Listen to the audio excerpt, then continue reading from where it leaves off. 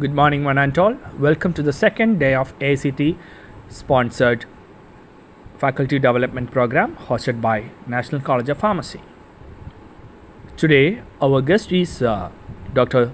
Giselle George. She possesses more than 10 years of experience in industry and academics. She has conducted more than 14 third party audits and an IRCA approved process auditor.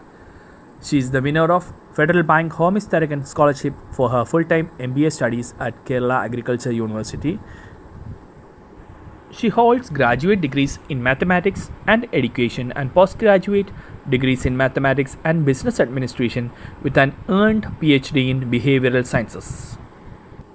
She has served as a faculty in management in the area of organizational psychology and quantitative technique. She holds the authorship of 3 books and more than half a dozen of research papers published national as well as internationally in the area of spiritual intelligence, employee engagement, knowledge management, leadership, personality and social entrepreneurship. I welcome you, ma'am, for the session. Thank you. Very good afternoon to all of you. Am I audible? Yes. Now let me share the PPT with you all.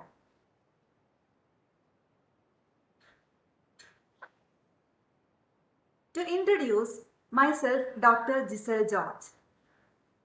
For the next 2 sessions, we are together discussing about 2 interrelated topics that do have close association with each other. The very base of the next 3 hours is the first one, our present COVID-19 context, where there is a high possibility for digital disruption and transformation in the education sector from the offline mode to online mode.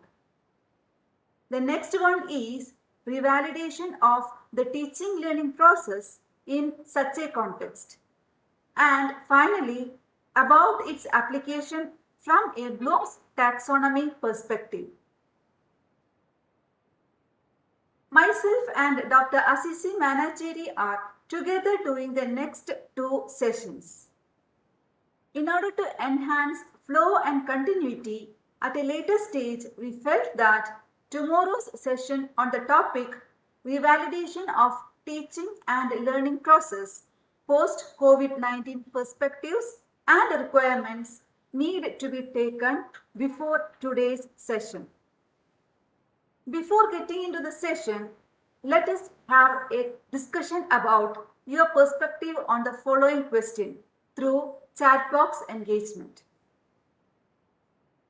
Please remember, this is meant only to enhance engagement from the participants' side. So my question is, do you think that students are less engaged in the virtual classes? If yes, why are they less engaged? Please use your chat box and type the reasons you perceive for the students being less engaged in virtual classes. I'll wait for 3 minutes. After that, we will review it and would have a discussion on that.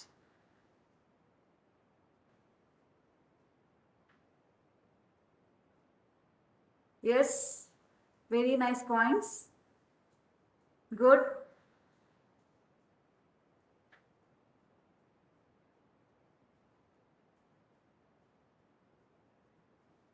Yes, wonderful.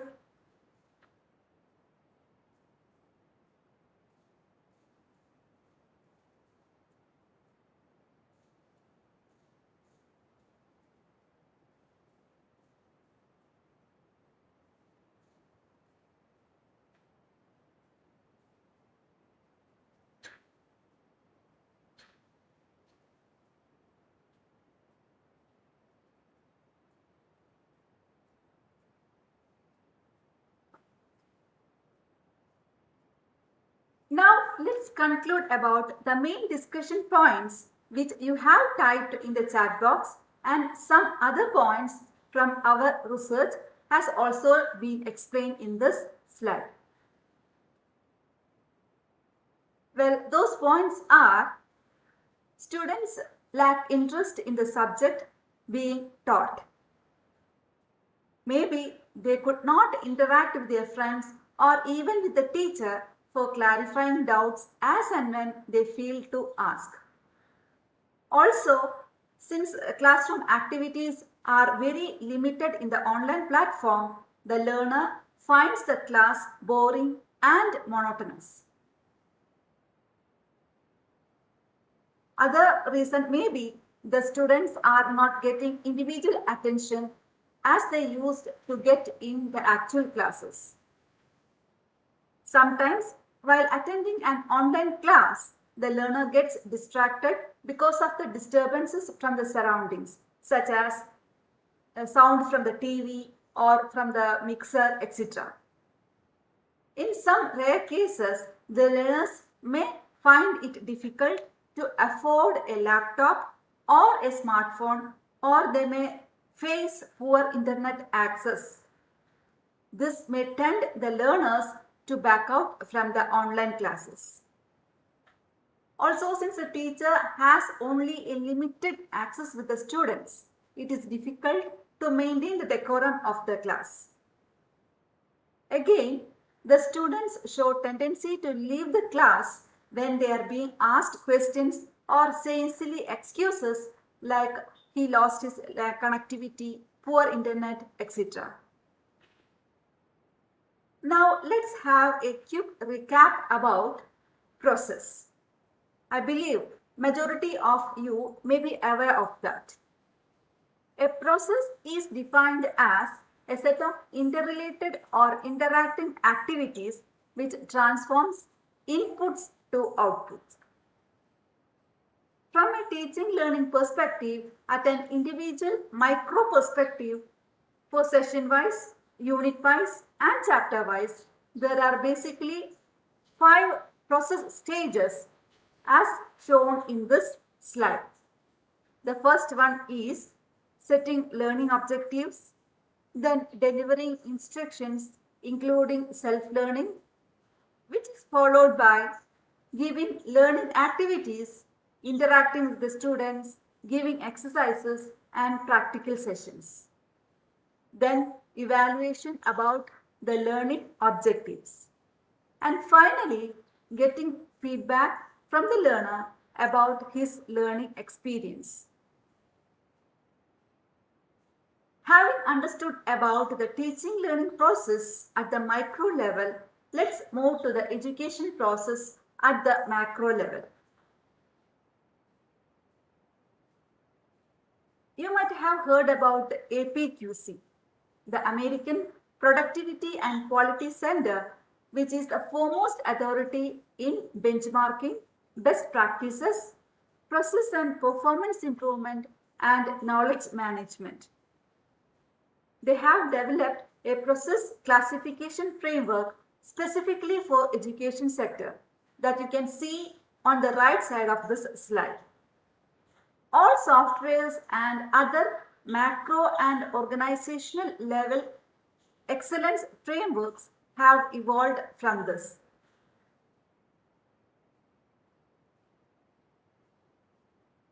As you see in this slide, at the macro level, education process has 2 major process groups.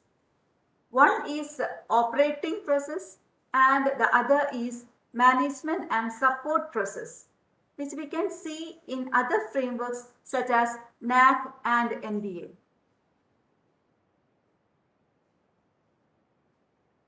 Now let's discuss about validation, the core theme of this session.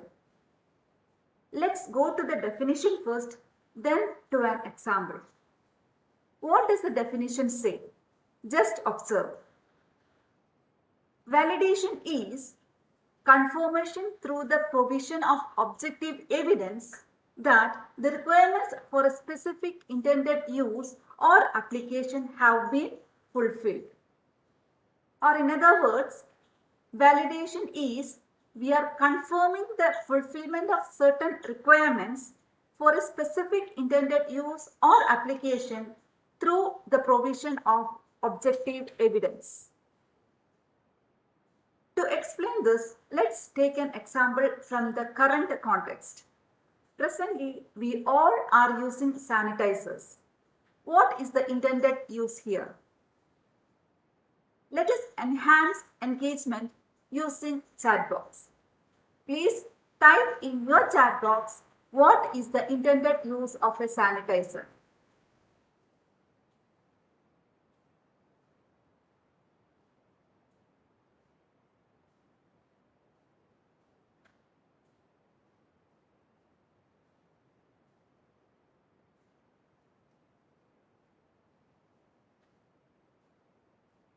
A very good response, very good.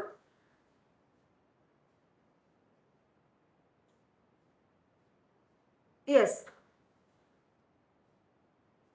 most of you have written the response as killing microorganisms and very specifically coronavirus.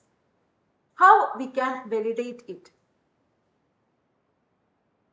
Whichever sanitizer we are using, someone need to ensure that coronaviruses are being killed or destroyed.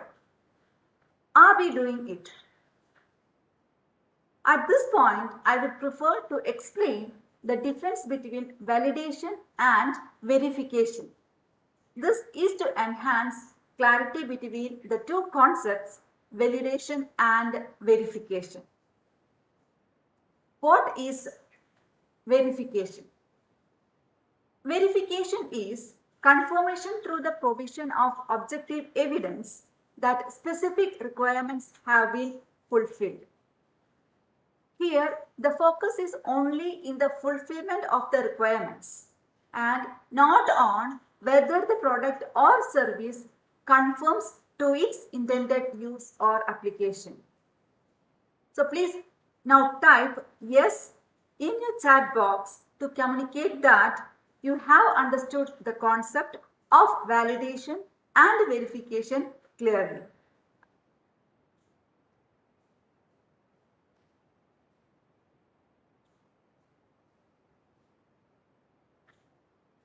Let's enhance and expand our clarity on verification and validation by comparison with a live example.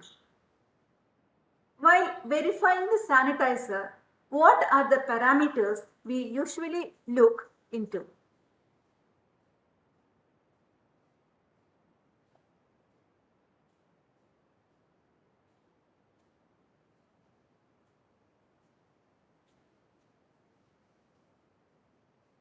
So the parameters are first one, the quantity of the product as declared on the bottle or the product, government or statutory or regulatory approvals, whether the product has got approval from these bodies, the maximum retail price or the maximum selling price, and the actual price being charged from the customer, the type of the product, whether it is a sprayer or a liquid or a gel type of sanitizer, then what are the contents of the product, and shelf life and other organoleptic features like smell, touch, etc.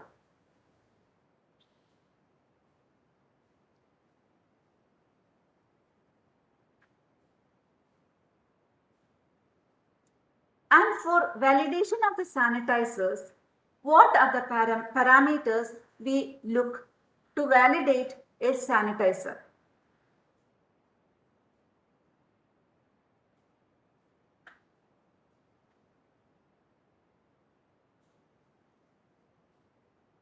So the parameters we usually look are whether the sanitizer is effective in killing or destroying the coronavirus.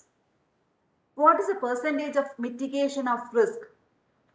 While continuously using the sanitizer, does this liquid or the gel do have any side effects on our skin? How much quantity need to be applied while using it? And how much time we need to apply it on our skin?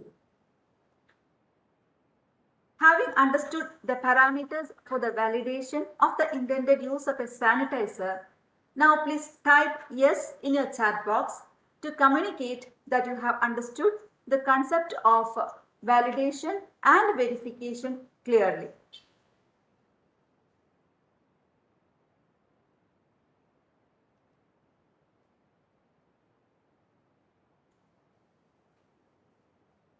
I believe that you have understood the concepts clearly. Now let's move on to our second stage, that is we are going to relate verification and validation with respect to our core teaching and learning perspective. Now please type in your chat box how teaching and learning process may be verified. So I shall wait for 1 minute, and after that we will discuss about those points.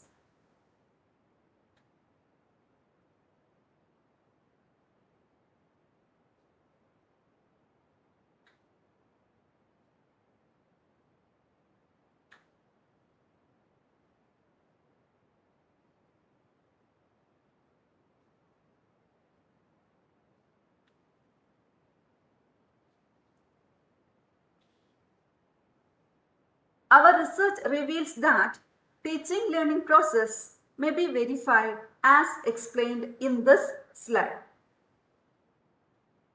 Whether the completion of course is as per the schedule and as per the plan, whether the content of the course is completed or the syllabus is completed as well as the curriculum,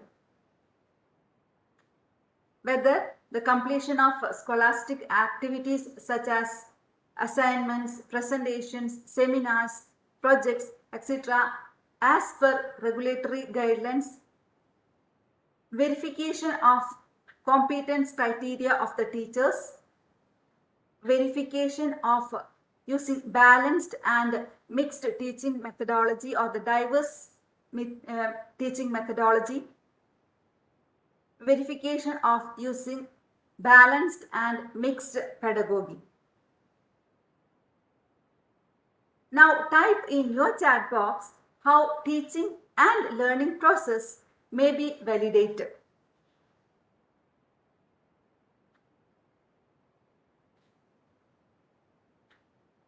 Again, this may be done as explained in this slide.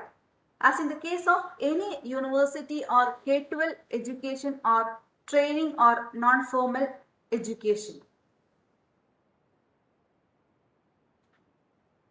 In the case of non-formal education, say entrance coaching, non-destructive testing or bank coaching, the design is set by an independent authorized authority or competition itself. The design is benchmarked directly with the 6 stages of Bloom's taxonomy, commencing from remembering, understanding, applying, analyzing, evaluating, and finally creating or to make things happen.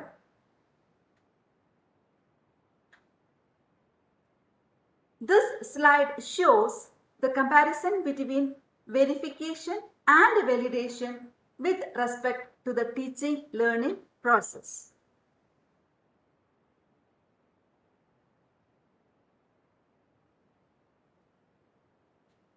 In this slide, an example of the design requirement for formative assessment can be observed. This is the criteria of postgraduate students of an established university. As seen in this slide, there are 2 types of assessment.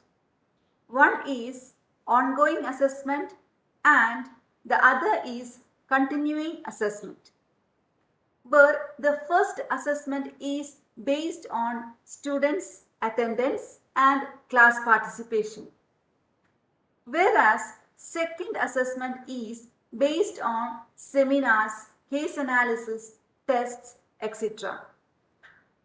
The total marks for these assessments is 40, which is bifurcated as per Bloom's taxonomy of learning.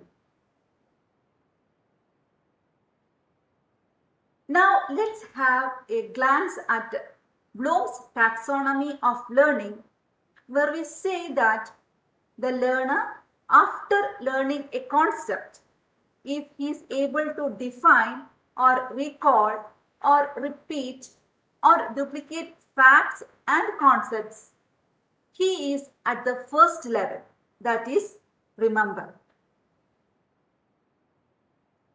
When the learner is capable of explaining the ideas or concepts, he is at the second level of the pyramid, that is, understand.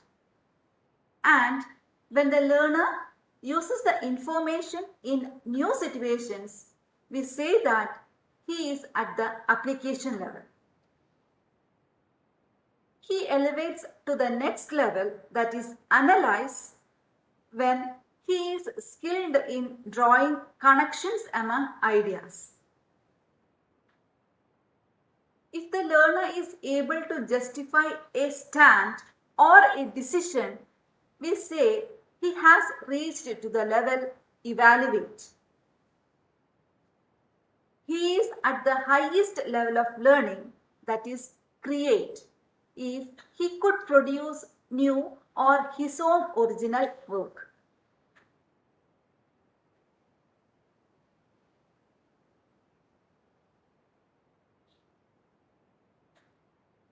Having understood what is process, validation and verification from a generic as well as teaching learning perspective, we could observe in this slide the requirements for educational process quality as per international standards signed by 65 plus member countries along with the International Organization for Standardization ISO.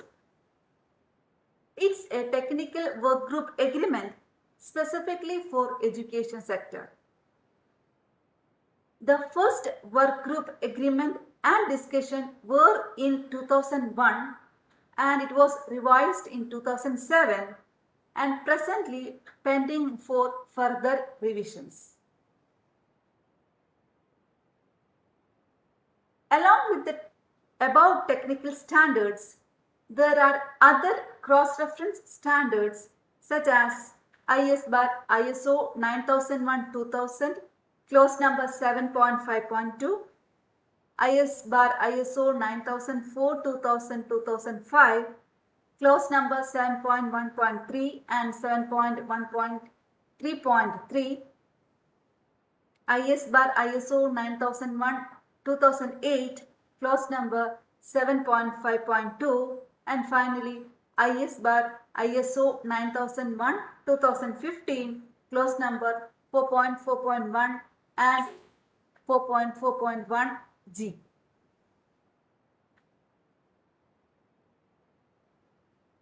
Now let's discuss about the requirements of the standard in the validation and revalidation process. As per these standards, validation and revalidation of processes for production or service provision necessitates certain requirements. The standard strictly focuses on validating those processes where the deficiencies, if any, is obvious only after the product is in use or the service has been delivered. This is applicable in teaching learning process. Moreover, validation shall demonstrate the ability of these processes to achieve the planned results. And the organization shall establish arrangements for reviewing and defined criteria and for the approval of the processes. Then approval of equipment and qualification of personnel, use of specific methods and procedures, requirements for records, and finally revalidation. After having an idea about the requirements for the standards, now let's observe how and when validation and revalidation could be performed in an organization. Here we should note that process validation and revalidation should be carried out at appropriate intervals to ensure timely reaction to changes that have an impact on the process. Again, special attention should be given to validation and revalidation of processes in certain circumstances. And they are for high value and safety critical products and services, where deficiency in the product or service will only be apparent in use, where the validation and revalidation process could not be repeated, and where verification of the product or service is not possible. Also, the organization shall implement a process only after ensuring that intended changes benefit the organization and satisfies the needs and expectations of the interested parties. There shall be an authority assigned to implement the changes in order to maintain control. Moreover, changes should be identified, recorded, evaluated, reviewed, and controlled.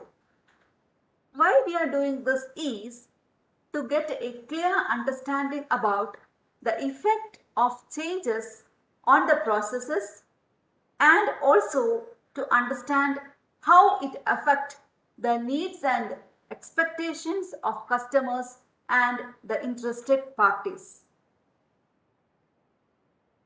Again, there should be a record of the changes, if any, in the process affecting the product or service characteristics, and the same shall be communicated to the concerned. After any related change, the outputs shall be validated to ensure that the changes had the desired effect.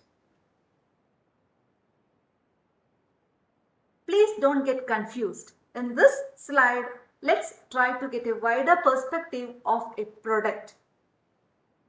We know a product is the result of process. And there are 4 generic product categories as follows. The first one is services. For example, transport, education, and healthcare.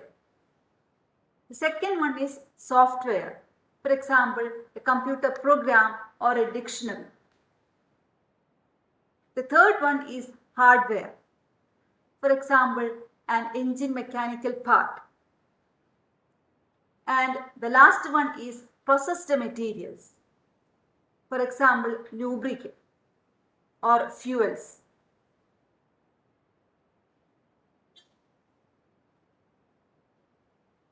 There are 4 core sub-processes for the teaching learning process as per ISO International Work Group Agreement. The first one is education design, which includes objectives of the course or a program, its expectations and outcomes, and so on. The second one is developing the curriculum so as to match with the education design.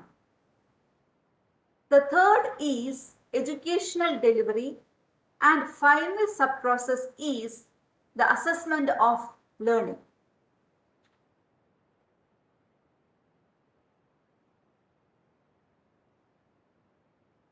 Now let's observe the pre and post-COVID scenario from a teaching and learning perspective based on the above 4 sub-processes. As you learn from the slide, there is no major change occurred for the first 2 sub-processes, that is education design and curriculum development, during these 2 segments. Rather, education design as well as curriculum development could be done no matter what may be the circumstances. But when we observe the next 2 sub-processes, that is education delivery and learning assessment, we could realize that a major change has happened. While the deliverables were all through offline mode during the pre-COVID-19 period, it changed completely to the online mode during the post-COVID-19 period, as you all know. While coming to the assessment of learning, the next sub-process, we did all the assessment in the offline mode during the pre-COVID-19 period. But in the post-COVID-19, we are in a dilemma of how to assess the learning outcomes. There is high possibility of digital disruption in education sector.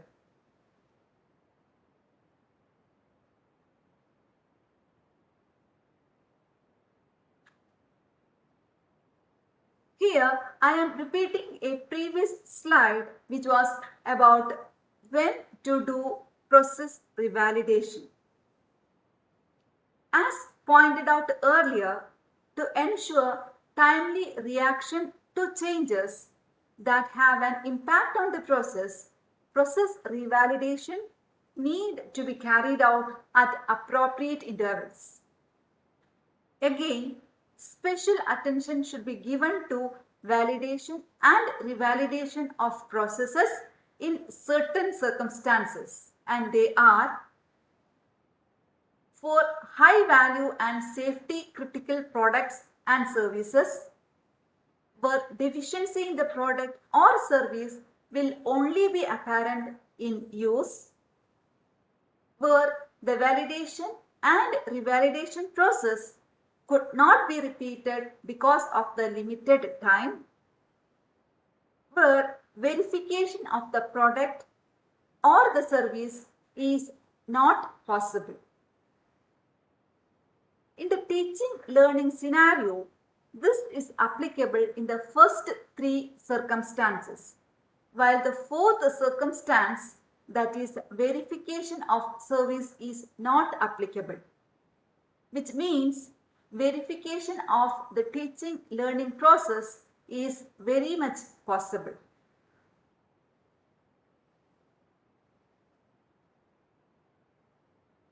Now let's comprehend the differences in the education delivery and its assessment via direct mode or offline mode and online mode.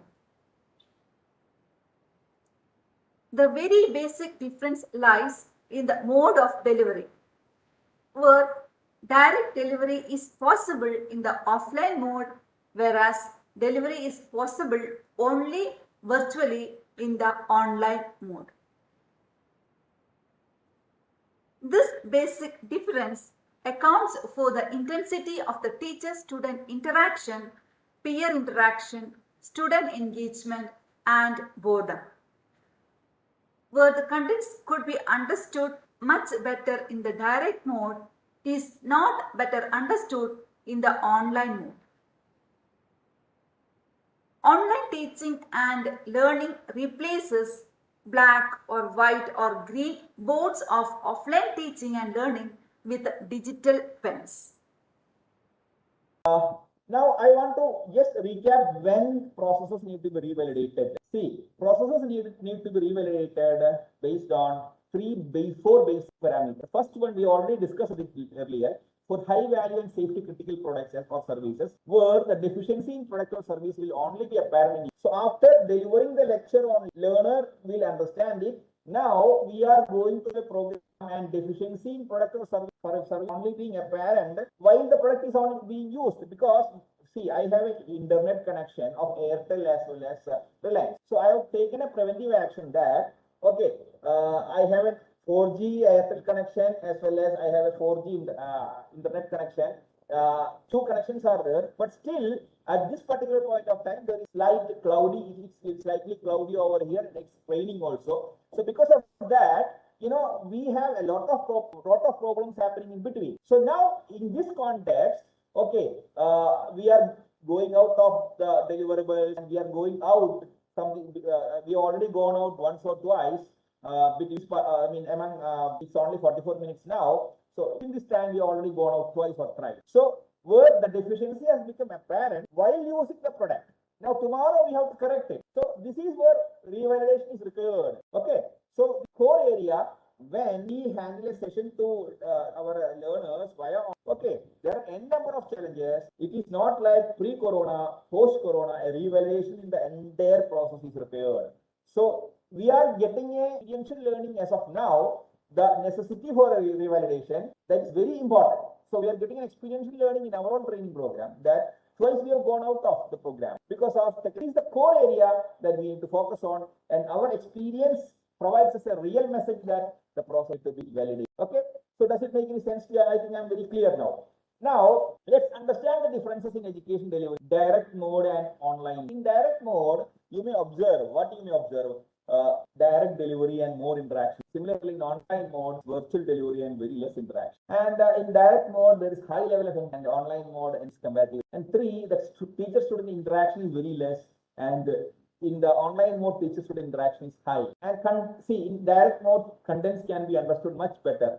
But however, online mode, contents, we cannot understand so fast. So similarly, 5, the peer interaction is more, and online mode, less peer interaction. And again, less boring direct mode, and online mode very much boring. And again, on direct mode, we use a lot of Blackboard and other tools, and online mode, we use digital pen and other tools. And on direct mode, we use different teaching methodologies. And again, online mode, we comparatively use similar type of teaching methodologies. Even now, we intend to use different type of methodologies, but our connectivity, our timing, we are not able to do that. In fact, we thought of using different methodologies. So again, in direct mode, we use different pedagogies, but online mode, there are a lot of limitations. But how we can address it, we are looking for. In direct mode, it is again affordable to everyone. And online mode, it's very costly. Availability of data, digital tools such as computer, lab, and mobile phone. And finally, let's focus on assessment. Formative assessment that measures the formation of learner is very easy comparatively, while direct mode, but online mode formative assessment are difficult because of lack of direct contact. And summative assessment are very much easy while via direct mode, but summative assessment are very difficult. Even the whole CBSE has postponed their exams because summative ICSE, they have postponed their exams. Summative assessment becomes very difficult. This is what is happened, direct mode and online mode. So there is a lot of changes online mode whenever we do something. So that need to be, entire area need to be revalidated. That is the entire purpose of this workshop. Now, let's understand the differences in education and delivery.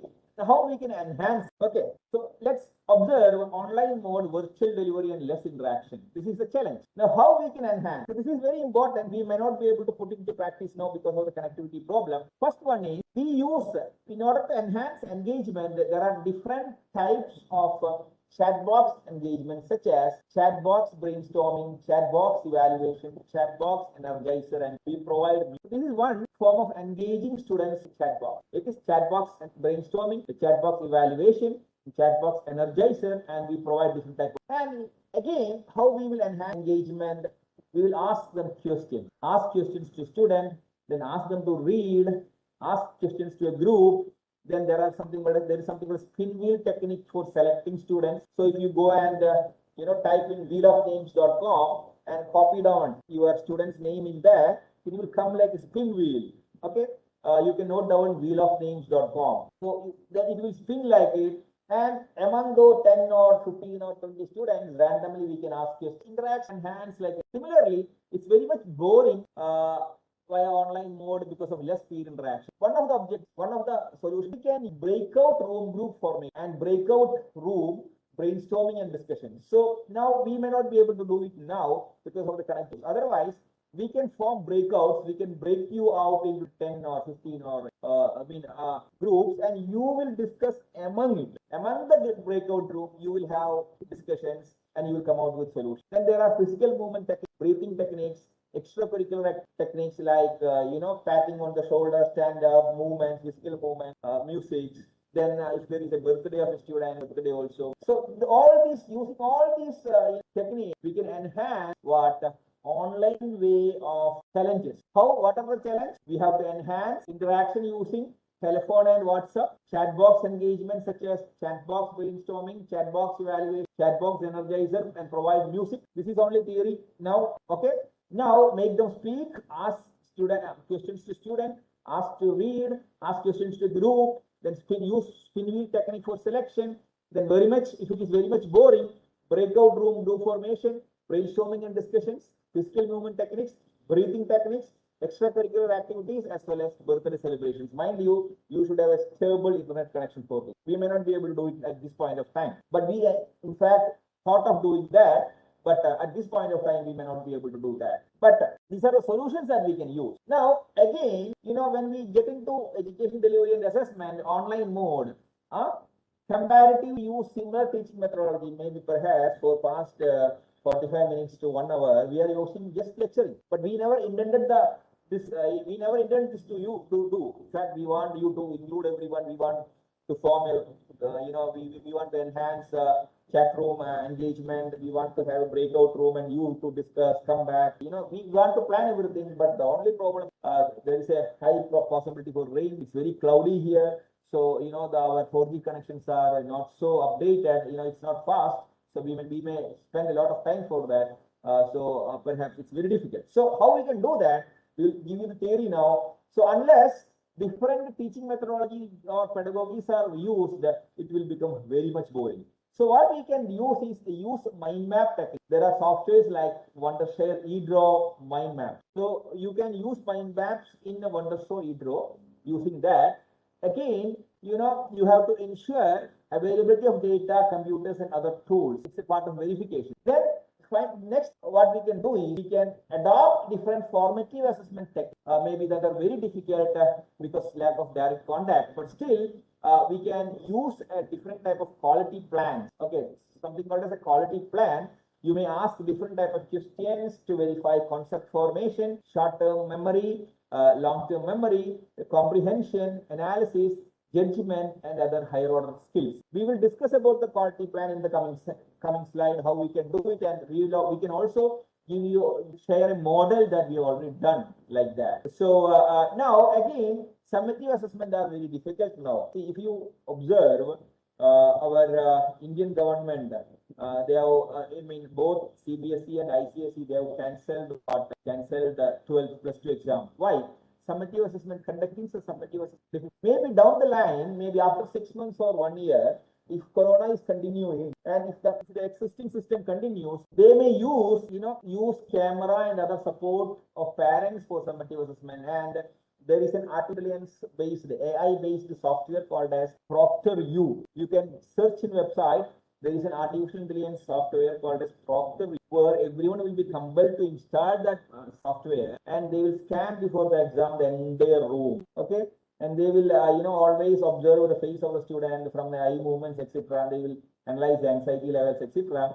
And if copying is there, they may try to identify that they will catch it. So there is an artificial intelligence-based software are being developed, and it has almost reached the level of maturity. So you can check Proctor-U. So if you go back these 2 slides, what are the methodologies for revalidation? What are the methodologies for revalidation? Again, recap: chat box engagement, breakout room formation, then related to summative and formative assessment, usage of a quality plan. So we can use a quality plan for assessment, then asking questions, etc., that we are going to explain during the coming slide. And during the revalidation process, a software like a Proctor-U may be used in future for summative assessment. We are getting to the next area basically how we perceive a student as. How we perceive a student. There are 3 levels where we consider a student as. If it is ISO or American Society for Quality or even APQC, they consider a student as a customer or a consumer. So we do whatever we need to do to satisfy a customer. So we do whatever. Okay, that is point number 1. And if we consider Harvard or Ivy League university, including IIMs, majority of the IIM consider student as a raw material being transformed to a finished product. So a student is a fresh slate or a fresh mind, and they imbibe knowledge, skill within their cognitions as well as skill level, and they are being transformed to a finished product. This is second perspective. So this perspective has come out of the orientation of this perspective is a factory-oriented perspective. So first one is a consumer-oriented perspective. And the third one, our Indian perspective, whatever we were practicing, Nalanda as well as Takshashila, we were practicing a different approach called as we consider a student as a learner and a teacher as a co-learner. This is very important. Together, the teacher, student, create a learning environment where we identify, learn every student. Whenever I say teacher is a co-learner, it doesn't mean, whenever I say teacher is a co-learner, it doesn't on the day before the class, teacher is going and studying the subject and deliver the class next day. No, don't get confused. Whenever I say teacher is a co-learner, a teacher is co-learning the actual learning requirement of the student because we are all processing them back. Okay, that is the raw material perspective. But every student, every individual student, the needs are diverse, especially in class 2 or class 3 or tier 2 or tier education. We may be able to, conclude that in IIMs or in AIMS or in high Funda or Ivy University, since they are controlling the input quality, using a rigorous, quality check process, the majority of the students, 95% of the students, they may be a homogeneous group. But whenever we consider the 2-tier and 3-tier organizations, the capabilities of students, it is not homogeneous, heterogeneous. Controlling the input quality as per NBA or as per NAT is very much challenging. So every learner do have an actual learning requirement. This is very important. In that context, as a learner, as a teacher, and there is an interaction between a learner and a where as teachers, as trainers, need to understand the uniqueness of the individual. And in order to do that, we need to co-learn the learner. So here, teacher acts as a co-learner. Together, along with the parent, we are designing a learning environment for our learner. Many times, control the learning environment, lose the learning, might shake the learning depending on the student. These are the 3 learner approaches that we have. First, second, a student is the raw material being transformed to a finished product. Third, perspective, then the teacher is a co-learner. Together, we can design a learning. Keep this in your mind. With this focus only, we always deliver a lecture. We have been doing this what is applied excellence. That is our focus. We are going through a perspective of a risk-based teaching and learning. Risk-based teaching and learning. So to create an individual learning is the purpose. Please understand from the perspective of Bloom's taxonomy. Okay. Now, what are the risks we have to understand? If we understand this only, we will get a clear idea how we have to attack the problem. Okay. Now, please understand what are the cognitive risks. Level, the second one is you understand the concept, understand the meaning, relate it with the reality and learn it. So if we practice rote learning, it is very difficult. If we practice rote learning, it is very difficult to keep things in memory. So maybe for one day it may be there and after that it may go out of memory. So there are risks in short term and long term. And once we observe our education system, almost 60% of the marks are being assigned for reproduction. Short term, that maybe that is one of the challenge in our education, but still it exists. Again, there are risks in comprehension and understanding also. We may be communicating something you are not comprehending and understanding, and the concepts are not being formed. Even if I ask you, there is something called as verification and validation. What are the differences between verification and validation? People may not be able to articulate it in their own words. Please understand. So this is a risk in concept formation. Since the concept is not formed adequately, are you able to see me now? Okay. Since the risk is not, concept is not being formed adequately, we are not able to articulate it also. So whenever we articulate it in writing, learners, they are not able to put it into papers. So there is a risk in concept formation. And the highest risk is risk in analysis, interpretation, reasoning, and try to identify the relationship between 2 variables and judgment.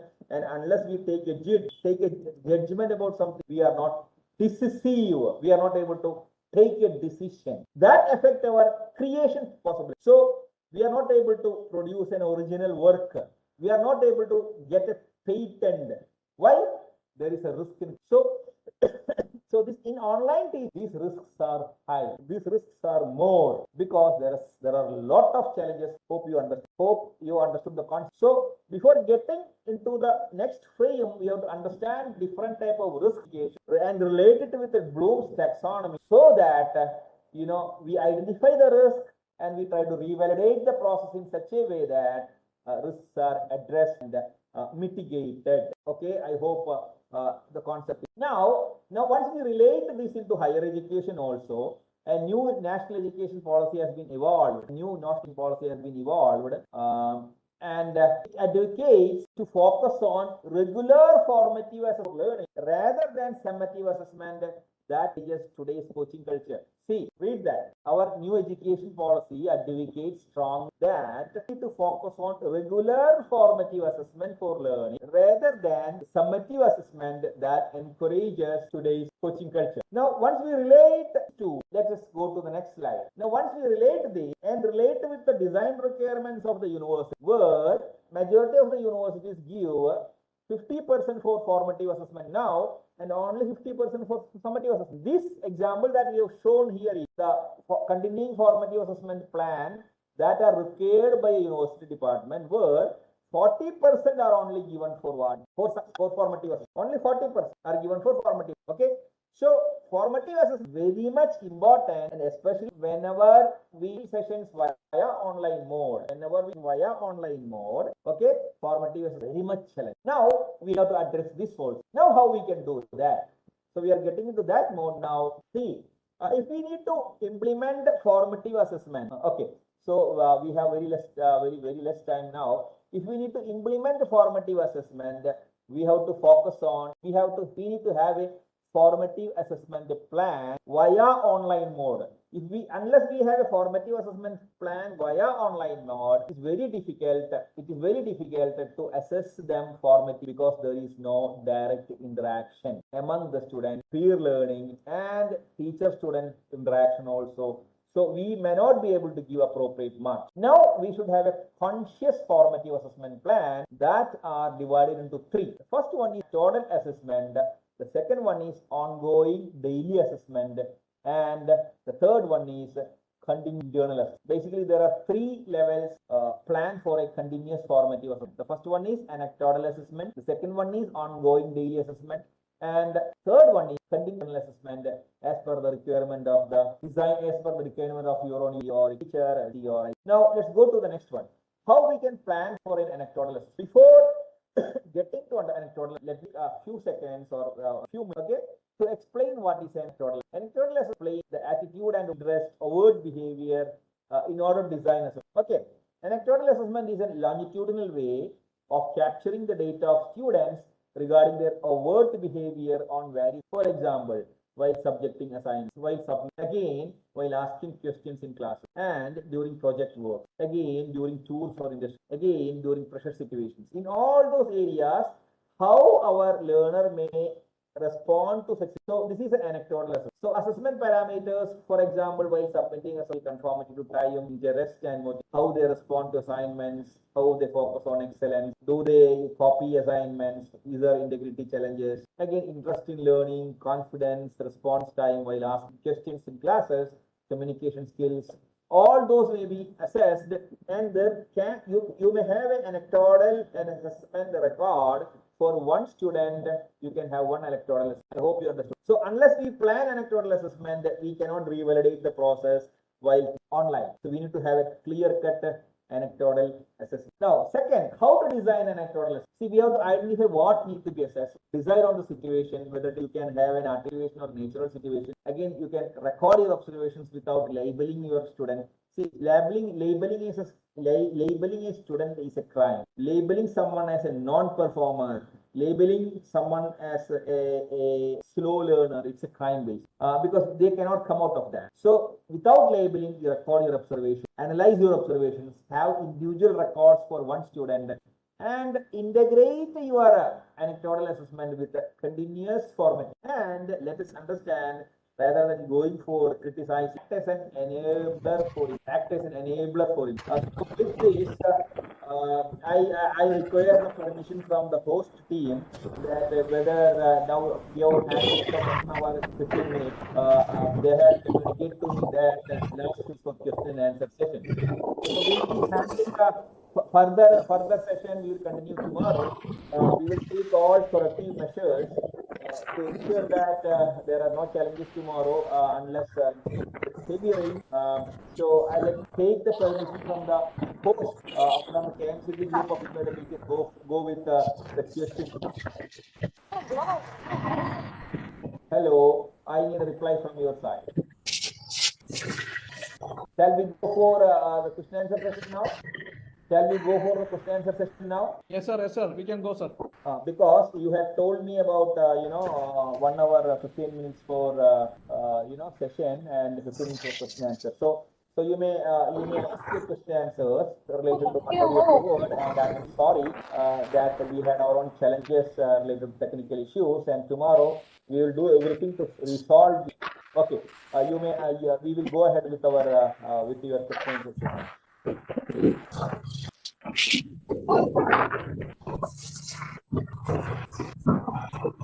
Anybody? To Dr. Fish? Hello. Any queries? Any doubts? Sir, regarding validation and verification, Yeah. it's a validation means what I have understood, existing concept, you are testing that. What is verification in the present context? What is verification? Okay, may I answer? Yeah, please. Okay. See, we have already discussed that. We have already discussed another example of sanitizer. Sanitizer. Okay. Yeah. Whenever we are going to purchase a sanitizer, we will check for the government approvals. We will check for the smell. We will check for the certification that they have got. All those things we check for the content, 100 ml, whether it is 100 ml or not. So these are verifications that we are doing while purchasing the product. But after using it, you applied it on your hand. You applied the same product on your hand. But now, are you able to check whether all the coronaviruses on your hand is destroyed or not? That is validation. Now, relate to the concept to teaching and learning process. So we have a yearly schedule. We have a semester schedule. We have a session plan. Everything we have, so we are verifying our syllabus. Syllabuses are completed in time. We have handled the 30-hour sessions, 3 credit courses. In different ways, we can verify. We have completed the sessions. Everything is there. That is verification. But now we have handled the sessions. Whether the intended use, what is the intended use basically of teaching and learning? There is an expected learning outcome related to Bloom's taxonomy, commencing from remembering to creation. For every program, there is a program educational objective. And now I am using an NBA language.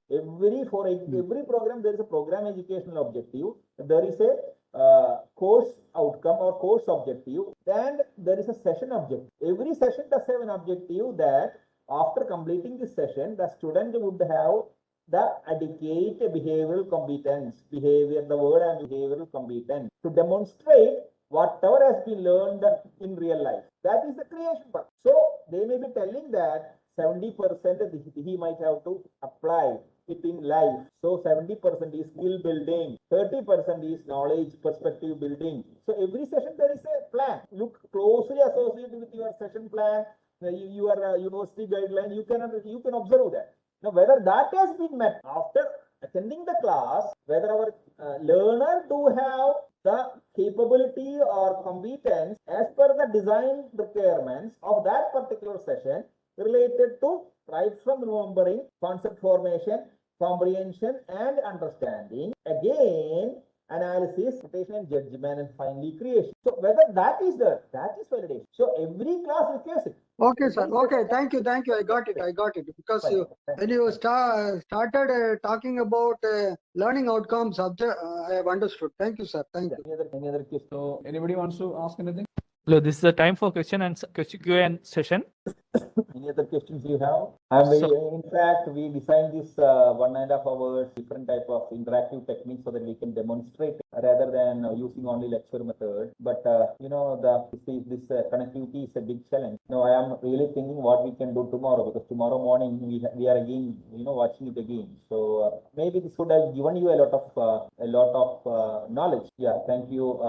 But we couldn't demonstrate it. That we are also very much sad that we couldn't demonstrate it in real time practice. So that is what I was thinking. We are very sad. So there is a limit also, because I took a preventive action so that we were ready with our two 4G mobile connections, one with Reliance as well as another with Airtel. That is one of the best that is available now. So we tried with both, but initially we had problems. Now it's resolved. Now the rain has gone. So tomorrow morning I don't know what may happen. Let us see what we can. So any responses from your side, any questions? But I'm very sure if we start practicing breakout rooms, chat room interaction, then if we use different type of mind mapping technique, then we can enhance the interaction. But we have to practice it in such a way that many children, many learners do have their own difficulties of connectivity. But once we move to 5G, maybe we may be able to resolve all these issues. So that is where we are at this point of time. So, dear participants, if you have any